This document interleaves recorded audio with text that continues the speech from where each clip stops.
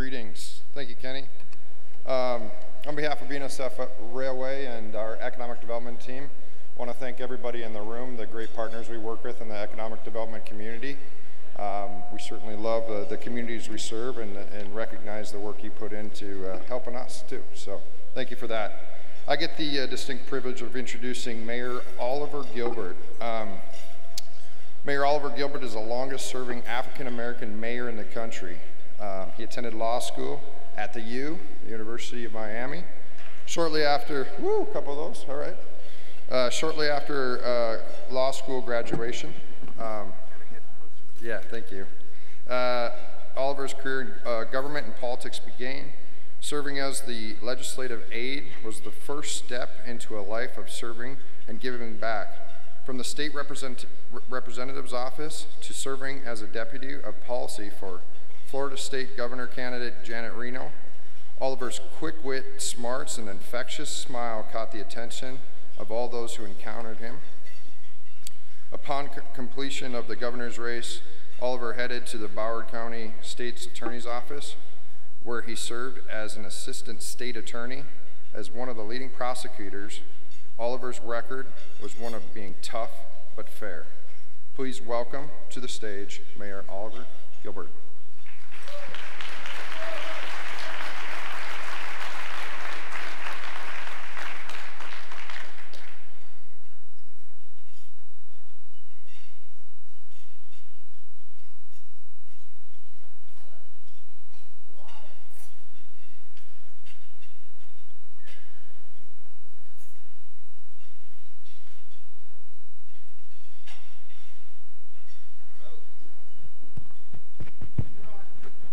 Mic's on? Well, you all couldn't have possibly heard me because you didn't start clapping.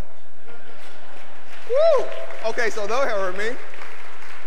The back over there, they're not clapping. Listen, I'm Oliver Gilbert, and Justin, first of all, thank you for the introduction. They'll put a lot in a bio. I did not know, and I'm sure that I'm not the longest serving African-American mayor in the country because I'm just not that old. And that's no offense to old people. Don't, you all vote. We love y'all. Oh God, this is Facebook Live. That's right. Hey, Miami Gardens. So this is the thing. They'll talk about law school, and sometimes they'll mention FAMU. I'm a rattler. I heard, yeah. There you go. Keisha Lance Bottoms, the mayor of Atlanta, is a rattler.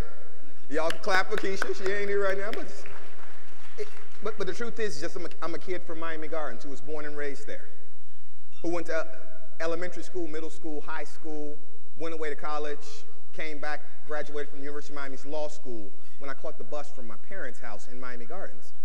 And so that's how I actually see myself, and that's kind of the view from which I actually think about economic development, where the city was, where it is, and where it can be. Now, I'll confess to you all, when I told people I was coming up here, they said, well, listen, give us a shout out. So everybody kind of does that. You're going to be on TV or the radio or something, you're giving a speech. So I was talking to the president of the Dolphins. He said, make sure you tell them that Miami Gardens is the home of Super Bowl 2020. We're going to watch how y'all do it here in 2019, and then we're going to just do it better. He said, make sure they tell you we're going to host in 2019 the college semifinals, but in 2021 we're going to host the college championship for football. He said, make sure they say that we're the new home of the Miami Tennis Open, which is considered the 5th Grand Slam, because it was on Key Biscayne, now it's in Miami Gardens. He said to make sure you tell them that Jazz in the Gardens, which is an extraordinary music festival on March 9th and 10th in Miami Gardens, he said get all of these shameless plugs out of the way before you told them about economic development. Okay, this is the clicker. He was pointing to this clicker. Thank you, Chet. By the way, you all, give Chet a hand. Chet's back there working. He's the technician back there.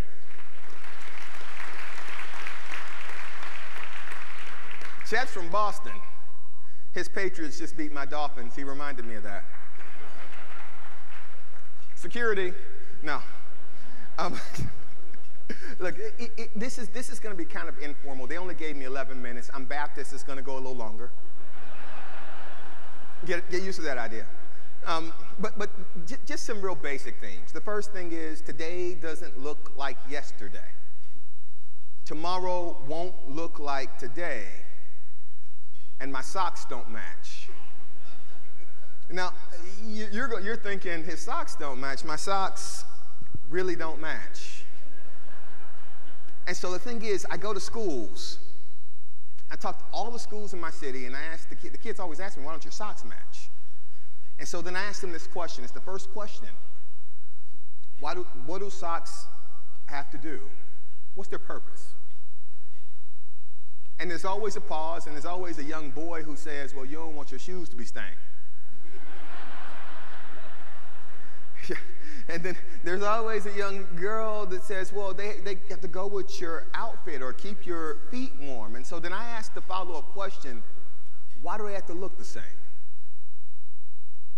Why do they have to look the same?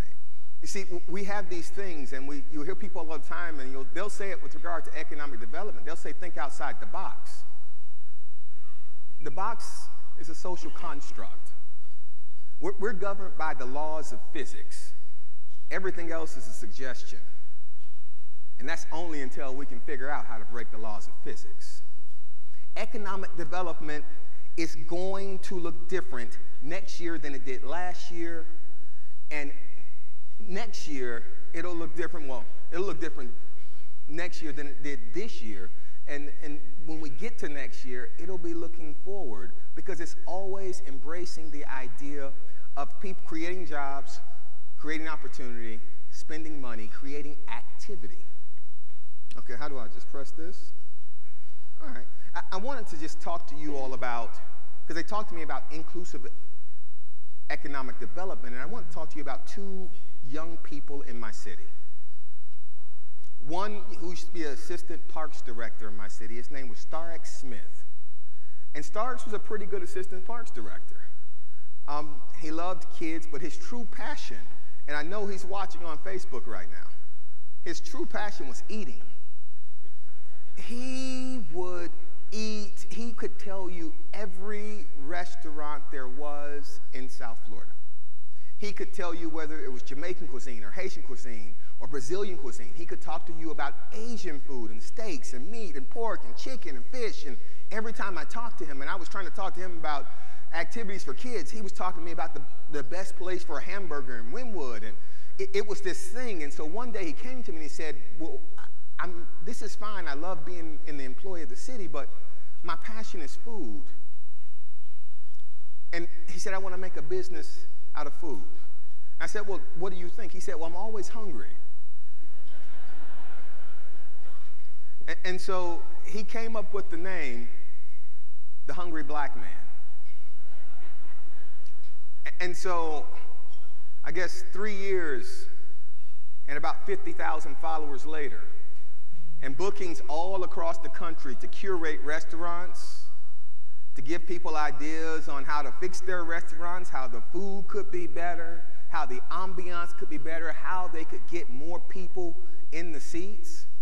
He has a brand that's recognized across the nation. He took what he was good at, what he liked to do, and he said, I'm going to make my passion my purpose, and I'm going to transform my purpose into my livelihood, and I'm going to do that right now. I bring up Starks because, in truth, economic development is Starks Smith. It's the hungry black man. It's this guy who decided that I have this talent, and so this talent I'm going to turn into a way to support myself and create jobs, because he has people who work for him now, which completely blows my mind, because I don't know how many people it takes to eat a sandwich. But, or to film eating a sandwich. Yeah, I could do is eat a sandwich with a selfie, but I'm sorry, because they're watching too. But economic development might look that way. I want to talk to you about a young lady named Maria Ponte. Maria was a young girl in my city, and she taught herself how to sew. And, you know, she wasn't getting necessarily the attention, and she said, I need a way to get. She came to me, her mayor, and said, let me use you as a canvas. Let's do a fashion show. I'm going to design some men's suits. And I'm going to have a fashion show, and my brand's going to be painted swag, and I'm going to come at fashion from a very practical perspective, like stuff that you can wear every day, but it also expresses your personality. And so she came up with the idea of suits that had buttons like this, because I'm the mayor of a city, but I still have a personality. I still like to have fun, and whether I'm in a room like this, or in a park with some kids, or in a Beacon Council meeting. I'm on the board of the Beacon Council. I know they have some members here and some staff here. No matter where I am, I have to be that person. I have to be myself, and actually my attire can reflect that. It can reflect my professionalism and my personality. So she said, let me just try with you. And a year later, there was a fashion show. And I don't know if I'm that good on the runway, but she is that talented. And so press came, and she generated business off of that. I bring these people up because sometimes when we think about economic development, we're thinking about either a big box or a restaurant. Those things are cool. But economic development might not look how it looked before. Especially when you consider that the infrastructure we need in this country, yeah, we need some highways, because we need to drive. I hate traffic, but the most important highway we need is probably, it's not 595, or it's not 395, or it's not 195, it's 5G. It's 5G, and it's going to be the infrastructure that powers our imaginations into a future. That's the infrastructure we invest in.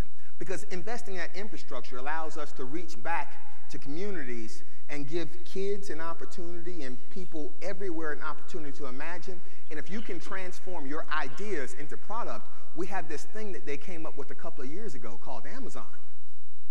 You can sell it anywhere. Like on eBay, you can sell it anywhere. The internet, you can sell it anywhere. We have to find a way to make economic development look the way it can, not look the way it did. Looking the way it can means that at economic development conferences, even though I'm talking to you about economic development, I'm going to talk to you about my parks. The parks in my city where I said, hey, football, basketball, that's great, but we're going to have science, technology, engineering, mathematics. We're going to put those things on a park. And we're going to dare our kids to imagine something bigger and greater and brighter. We're going to give them the opportunity because their imagination gives birth to innovation. Innovation gives birth to economic development. Economic development gives birth to jobs. Jobs breaks generational poverty. It changes people's lives. I'm here to tell you, and I think they brought me just to tell you, that my socks don't match. My socks don't match. They don't look like each other. They don't match my shirt. They don't match my tie. And by the way, I'm wearing a pink tie because this is Breast Cancer Awareness Month. So we all know someone.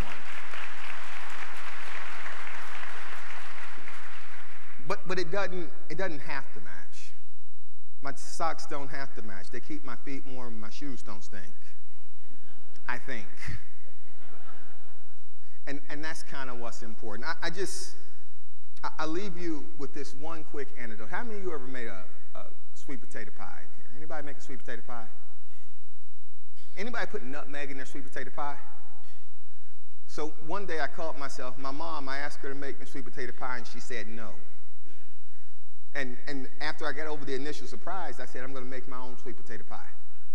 So I went to the store and I got some sweet potatoes, and I brought them back, and I peeled them first, and I boiled them. And I had me some eggs and some milk and some sugar. And so when it got time for the nutmeg, I looked all throughout the cabinet, and I could not find the nutmeg, but I know that I had nutmeg. I knew I did. There's nutmeg in this counter.